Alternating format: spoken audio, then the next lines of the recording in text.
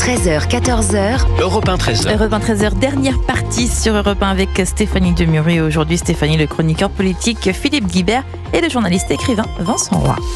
Absolument, et on revient évidemment sur cette attaque à la Nouvelle-Orléans le soir du réveillon aux États-Unis. Donc le FBI est toujours en train d'enquêter sur cette attaque inspirée par Daesh, qui a précipité donc une voiture sur la foule dans le quartier touristique français de la Nouvelle-Orléans. Je rappelle le bilan, il est lourd, au moins 15 morts, une trentaine de blessés. Le FBI qui se demande ce matin, Philippe Guibert, si cet homme a bien agi seul, et apparemment il semblerait que non.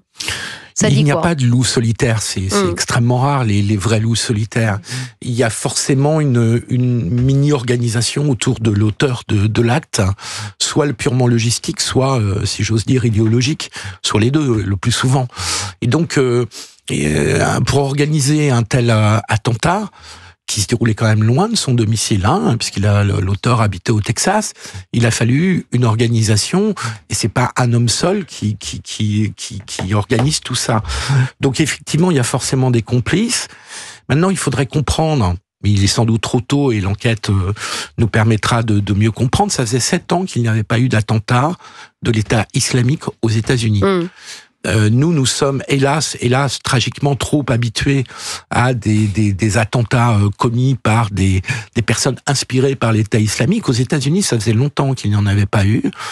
Et il faut se poser aussi la question de pourquoi ça intervient maintenant. Ça, les enquêteurs nous le diront. Est-ce que ça a un lien ou pas avec ce qui s'est passé en Syrie, où les États-Unis ont bombardé l'État islamique, avec d'ailleurs la France, au moment de la confusion du changement de régime en Syrie, pour que l'État islamique ne reprenne pas trop d'importance en Syrie, ce qui était des bombardements parfaitement justifiés. Est-ce qu'il y a un lien ou pas? Ou est-ce que l'organisation de cet attentat précède le changement de régime en Syrie? Ça, on ne le sait pas, et c'est aux enquêteurs de nous le dire. Mais c'est une piste qu'on ne peut pas complètement écarter, parce que dans les mouvances islamistes, l'État islamique a des particularités. Et donc, ce premier attentat depuis 7 ans de l'État islamique aux États-Unis a forcément une signification politique. Ça ne peut pas être un geste isolé d'un type qui tout d'un coup se dit tiens, je suis État islamique. Vincent Roy, ce qui interroge quand même, c'est ce profil. Dans une vidéo d'ailleurs datant de 2020, je regardais un petit peu ce matin, on voit comment s'appelle, Shamsuddin Jabbar, qui était à l'époque gestionnaire immobilier, qui dit: je suis né, j'ai grandi à Beaumont, au Texas, je vis maintenant à Houston, je suis resté ici toute ma vie à l'exception de mes voyages pour l'armée. On rappelle quand même qu'il était militaire, qui travaillait pour l'État américain. Ça interroge quand même. Ça, c'est une chose qui est fondamentale, et je crois qu'il faut insister pour bien comprendre. C'est-à-dire que il y a, par le passé, la menace d'attentats qui pesait et sur l'Europe et sur les États-Unis était exclusivement exogène.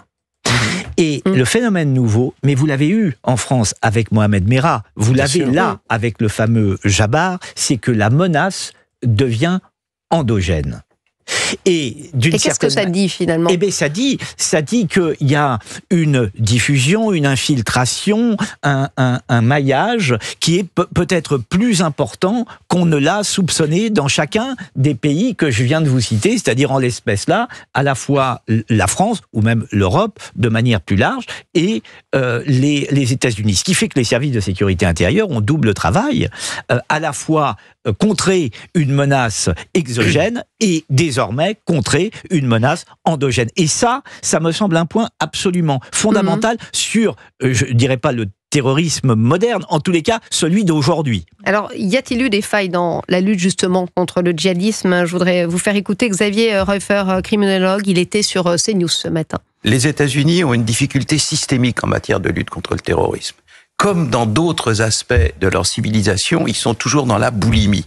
C'est-à-dire qu'à partir du moment où il y a du numérique, où il y a de l'informatique, où il y a de la téléphonie, ils essayent d'aspirer tout ce qui vient de toute la terre entière et naturellement, ils se noient dedans. Pour des profils du type de cet individu, il y a toujours des signes avant-coureurs. Et ce qu'il faut, c'est repérer les signes avant-coureurs.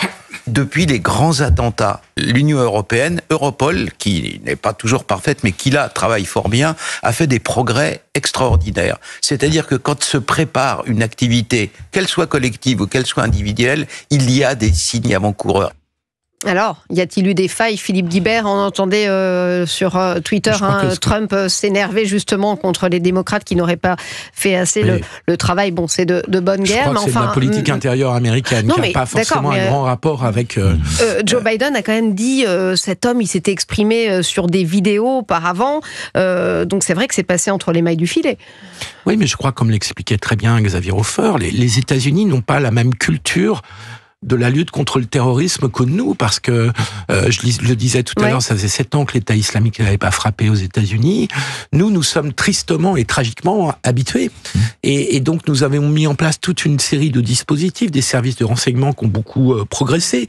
On arrive à déjouer des attentats. On a encore des attentats, mais on arrive surtout à en déjouer.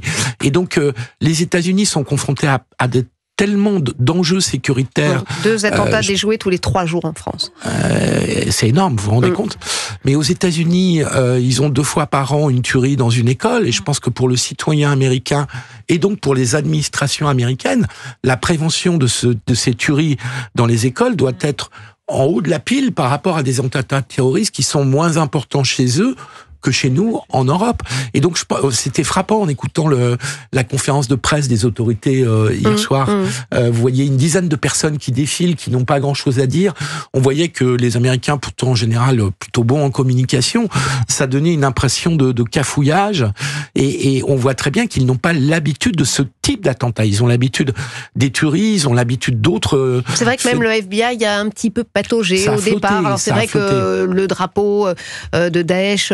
cette information, elle est venue après. Est-ce que ça peut interroger Vincent Roy? Oui, c'était d'ailleurs très curieux, puisque vous avez vu que pendant toute la première séquence, si j'ose dire, le FBI excluait la piste terroriste. Or, ils sont un peu curieux, parce que qu'est-ce qu'un terroriste? C'est d'abord quelqu'un qui terrorise. Or, pardon de rappeler cela, mais la population, la ville, le pays entier était terrorisé parce que le mode opératoire parce qu'il s'est passé. Et quant au mode opératoire, écoutez, il y avait pas grand chose. Vous aviez 2 choses qui sont arrivées tout de suite. Vous aviez à la fois la voiture bélier et vous aviez les explosifs. Bon, ça, le mode opératoire, il fallait pas mettre longtemps. Alors, on nous a expliqué que c'est parce que l'intention terroriste n'avait pas été, ils n'avaient pas retrouvé le drapeau encore de Daesh, donc l'intention terroriste ne s'était pas manifestée de manière très claire. Peut-être, mais enfin, on a attendu un certain temps avant que le FBI se rallie à la thèse de la maire de la Nouvelle-Orléans, qui, elle, avait tout de suite parlé d'un acte terroriste. Alors, Philippe Guibert, il y a Joe Biden aussi qui a précisé que les autorités cherchaient à savoir s'il y avait une connexion entre l'attaque à la Nouvelle-Orléans et l'explosion, vous l'avez peut-être vu, de cette Tesla Cybertruck devant un hôtel Trump de Las Vegas. Alors, c'est vrai que ça interroge un petit peu la Cybertruck d'Elon Musk. Alors, l'ironie de sort, c'est qu'elle était tellement solide que ça n'a pas fait les dégâts escomptés, parce qu'elle était pleine d'explosifs, cette voiture aussi. Elon Musk s'en est, entre guillemets, félicité. Mais là, j'ai le sentiment, mais après, on fait des hypothèses, je n'ai aucune information. C'était quasi simultané, c'était le même jour. Ouais, c'est ça, mais on a l'impression que ça renvoie plus à la politique intérieure américaine. Une voiture Tesla qui explose devant un hôtel Trump. Bon, il y a une signature politique intérieure américaine qui me paraît... mais c'est un acte aussi de terrorisme. Mais probablement, enfin, a priori, je vais plutôt dire ça, a priori, qui n'est pas du tout le même que celui, le mode opératoire n'est pas le même, la cible politique n'est pas du tout le même. Donc là, on est à la Nouvelle-Orléans, on est très clairement dans un attentat terroriste islamique. Ajouter quelque chose avant écoutez, 2 tentatives d'assassinat contre Donald Trump. Voici maintenant qu'une voiture explose devant l'immeuble Trump, une Tesla, enfin... Oui, ça fait beaucoup. Il y a quand même beaucoup d'indices, disons. Il y a quand même beaucoup d'indices, sans parler, là, pour le coup, d'un acte islamiste, même si les phénomènes sont simultanés. Mais là, je crois que c'est vraiment politique. Là, avec un mort, quand même. La personne qui était dans la voiture est décédée. Mais la violence aux États-Unis est générale, plus importante qu'en Europe, et la violence politique aussi est plus importante qu'en Europe.